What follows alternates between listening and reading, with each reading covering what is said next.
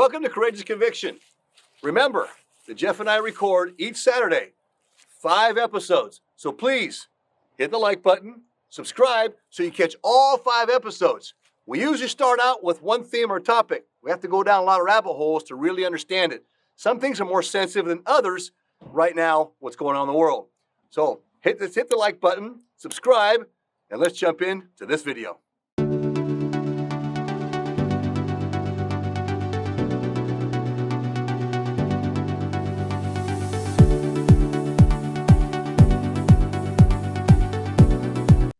Chaos is coming. We're already in it. But in chaos are opportunities. And you're going to see, if you look, you'll see the hand of providence. You'll see Father's hand in lifting and raising up people.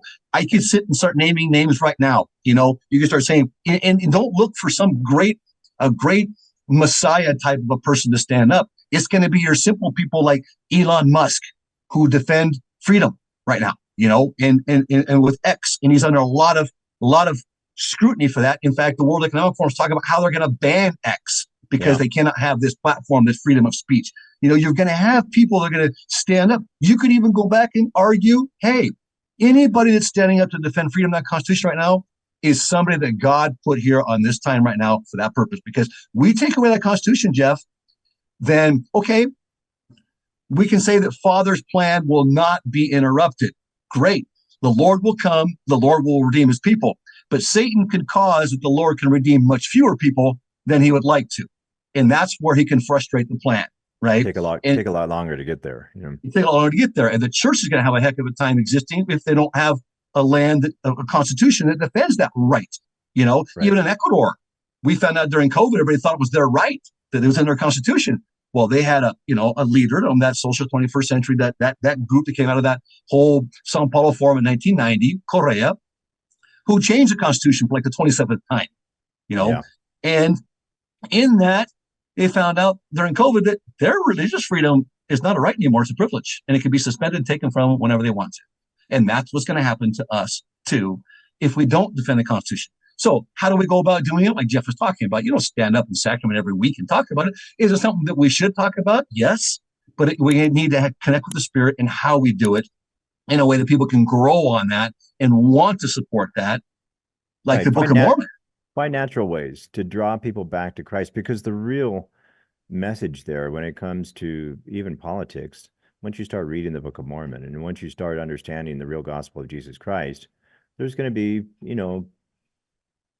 the Book of Mormon is against not living the commandments, right? It's for following the commandments and making commitments and taking accountability. Leaving the church was the worst mistake I think I ever made in my life. Bingo. And I didn't realize it. It didn't happen overnight. It happened over a period of time. A lot of young women that are coming back home from their missions right now, we don't want them to leave the church like we did. This book that I wrote, Revving the Soul, I want people to read it because it has a story. And you said that you're going to be writing your book. I hope you do. And I encourage you. I'm looking forward to reading that. So when we get people on board, it's not just about promoting books, but it's about promoting Christ. I think that by far and large, I'm not looking to get rich here. I'm not looking to make money. I just feel so compelled to, like you do, to reach out to people that have had so many doubts and they've lost their faith because of so much misinformation that's out there. Even I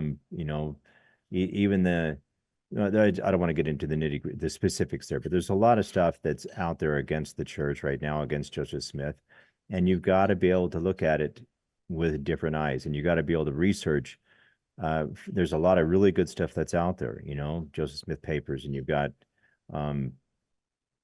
just wonderful information that's out there that kind of combats that other misinformation, because since the time of Joseph Smith, he's always had, and that's an actual prophecy, that he was going to have his name for bad and for good, right?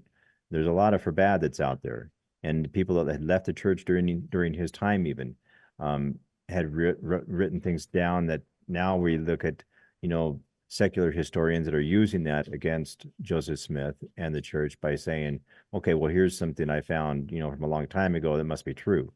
Well, no, there were always lies that were being propagated out there against the church, against the Book of Mormon. Right. So, you got to look at the original sources, and so these researchers and podcasts that are out there that are making, some headway there going against that, I think are important to look at. We need to find out on our own and find the actual original researches. If the research is too daunting, then find a way to simplify that. But get good resources and question those doubts. By the way, I think that hopefully Walter can put up the link, the Amazon link, so that people can buy my book, Revving the Soul. We can put that link at the bottom. We'll put the link at the bottom. We'll add that at the bottom. So if people want to buy your book, we'll put the link at the bottom there. And like I said, we jumped on in the beginning and got 3 of them. I'm going to give one to everybody I have here. I want people to hear that story. I know you personally, I was trying to explain to my daughter a little bit, and she was looking at me a little bit like, well, okay, what are you guys doing now? So I'm trying to explain, sometimes, my daughter is in her mid-30s, so that generation right there, this generation, 75% of her generation has left the church. Yeah. And that's a tough one. But her way of thinking, I love her dearly. Don't get me wrong. She's my oldest daughter, and she's never done me wrong. Maybe I'm a little hard on her, but in trying to explain what we're doing in our life and so forth, to her, she knows us. She knows me, right? So she's like, well, why are people going to be interested in that? She doesn't see past. She's my daughter, so she knows everything that's taking place in my life. And she went through her trials too, right? Went away from the church, came back. But that's a whole other story. To conclude here, I guess, Jeff, then we can leave it at that. Hey, look, here's what I got to say. I'm going to pull a little Jordan Peterson, hard line to the people out there right now that are having some issues maybe with Joseph Smith or what's going on right now with the whole LGBTQ thing. Get over it. Just get over it. We need to do things about it, and we need to, to be indignant that it's done rightly and protect our children and our youth, and we need to think about that. And so you need to make a stand where it could influence them, because we don't want them going down that path. And unfortunately, it's not real clear cut. The line is being given from our general authorities right now, but I'm sure that's going to be clear cut down the road. It was in the past. It will be again. I think right now we're just trying to extend out, because we got a lot of politics going on in our school systems where most of our kids belong to public schools, and they're going to get this fed to them, and they're going to come to church. And what do we want them to do? Not come to church? No. But the same token, we don't want them to come to church because they also get the idea, the movement today is if you're on board, you're an activist, right? And so they got to speak out too. And so we need to meet that, but need to meet that in a peaceful way. And that's going to be difficult. But my point being, to anybody who's going to have a difficulty to leave the church over it, get over it and get your own testimony. And that testimony is not going to come through leadership or loving somebody in leadership or loving a set of missionaries. It's going to come from developing a testimony in the Book of Mormon, not the Bible, not even Doctrine and Covenants, the Book of Mormon. All the rest will fall in place if your testimony is in the Book of Mormon. So that's the book to scour and read. And I'm going to even go further to say that the study guide of Come Follow Me is insufficient for what we need to face going into 2024, that there should be even more study, more in-depth study to go into it even more, to really grab it, and even take some time to jump on those war chapters, because it teaches what we stand for, what we protect, and how we go about it, right? And so I think that's important. I know President Nelson doesn't really like those chapters. He's 100 years old. He's lived through all the major wars, that we study about in history, and they were gruesome. Like I said, we could be up towards 160 million lives lost. And he is not a man who wants to see that, because most of those lives are lost in sin. Yeah. And so I just would say we got to get over ourselves. And we stand for things and we research for things, but we got to quit repeating just opinion too. We got to get out there and do our research. You and I research. I spend hours a day researching. My wife goes nuts with me, just can all the time talking about it. She's just like, finally, I don't want to hear it anymore. I just don't want to hear it. If I want to hear it, I'll watch the podcast. So sometimes people just aren't going to want to hear it. until they're ready for it. And then when she's ready, she comes to me and said, hey, can you explain that part to me? Then I get a chance to explain it to her. So we have to take the same approach with Heather. Jeff, your closing words. Yeah, I think, it sounds a little harsh to say, hey, just got to get over it. But the reality is, I know what you mean. And I think that, having some compassion toward others that think differently than we do on both sides of the fence, I think we need to come and have some middle ground. And what we need to draw nearer to is have our hearts drawn to God, to our Father in heaven, to this wonderful gospel of Jesus Christ, the restored gospel, and find that our doubts that we've had concerning Joseph Smith or concerning the Book of Mormon, any of those things, look deeper into the research there. If people have questions about that, they can put that in the chat, and we can give those resources specifically. What is it? And we're not afraid about talking about those things. So I don't know, a lot of stuff. I might know a lot of stuff, but there's still a lot more out there that I don't, and probably never will during this lifetime. But I'm okay with that. But I'm progressing just like everybody else. Let's do it together. Yeah, I feel the same way, Jeff.